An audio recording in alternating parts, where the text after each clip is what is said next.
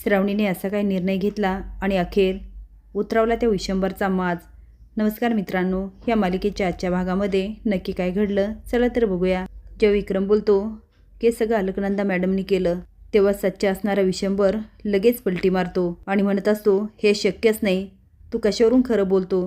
आता मात्र विक्रम लगेच पलटी मारतो आणि म्हणतो मी जे बोलतो ते खरं नाहीच आहे। आता विशंभर पुन्हा शिबूचा पिछा पकडतो। शिबू साहेब साहेब करत खूप सांगण्याचा प्रयत्न करतो, पण विशंभर काही ऐकायला तयार नसतो। अलकनंदाचा अंधाभक्त विशंभर पार माजुरडेपणा करतो आणि शिबूच्या बापाला सारखं चोर म्हणून शिबूला हिनवत असतो।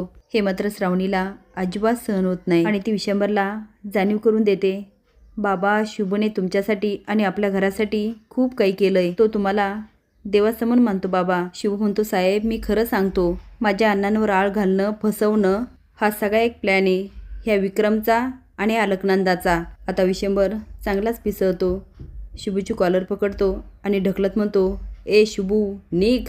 तो आता शिबूला असं काय ढकलतो की शिबू जमिनीवर कोसळतो। श्रावणी आता मोठ्याने ओरडते शिबू, पण शिबूला जाणीव होते की आतापर्यंत आपण जे काय केलं ते सगळं मातीमोल झालं आणि आता विशंभरला सांगून काहीच फायदा नाही। तो आता उठतो आणि म्हणतो ठीक आहे साहेब, तुम्ही होतात म्हणून मी तुम्हाला खूप समजावण्याचा प्रयत्न केला, पण आता मी तुम्हाला चॅलेंज करतो की अलकनंदाचा आणि विक्रमचा खरा चेहरा मी तुमच्यासमोर आणणार म्हणजे आणणार। तुम्ही तुमच्या बहिणीच्या प्रेमात आंधळे झालात, तुम्हाला काय चूक काय बरोबर हे काहीच कळेना।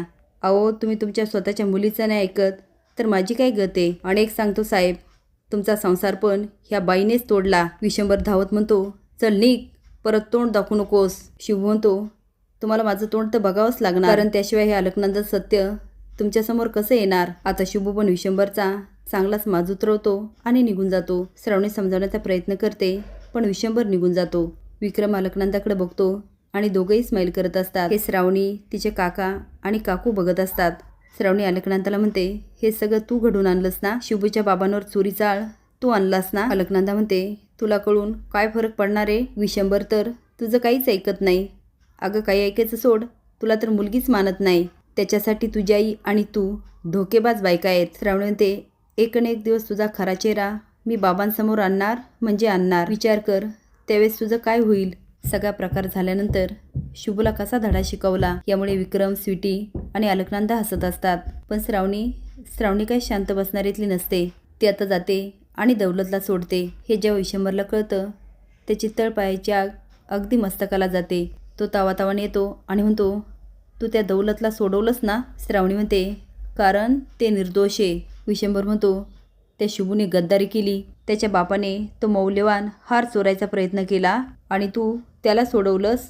श्रावणी म्हणते हे असं काही करणं ते शक्यच नाही आहे। विशंभर म्हणतो तुला अजून माझं नाव खराब करायचं असेल तर ह्या घरातून चालती हो।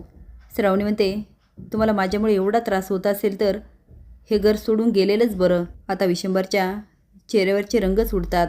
श्रावणी वर जात असते, काका आणि काकू तिला श्रावणी करत असतात। आतापर्यंत विशंभर श्रावणीला सतत घरातून काढायचा प्रयत्न करत असतो, पण श्रावणीचं बाबांवर एवढं प्रेम असतं की ते सगळ्या गोष्टी इग्नोर करते आणि तिथेच राहते। पण ह्यावेळेस मात्र ती सत्याच्या बाजूने उभं राहून विशंभरचा माजही उतरवते आणि घरही सोडते। आता श्रावणी घर सोडते म्हटल्यावर अलकनंदाला खूप आनंद होतो आणि ती म्हणत असते सोड श्रावणी, मी या दिवसाचीच वाट बघत होते। पण अलकनंदाला माहीत नसतं की तिचं सत्य ही तिची पोटची मुलगी मोक्षात समोर आणणार। तुम्हाला काय वाटतं, ह्या जगामध्ये जशी करणी तशीच भरणी असते का? हे कमेंट बॉक्समध्ये नक्की सांगा। नवीन अपडेट जाण्यासाठी लाईक आणि सबस्क्राईब करा। धन्यवाद।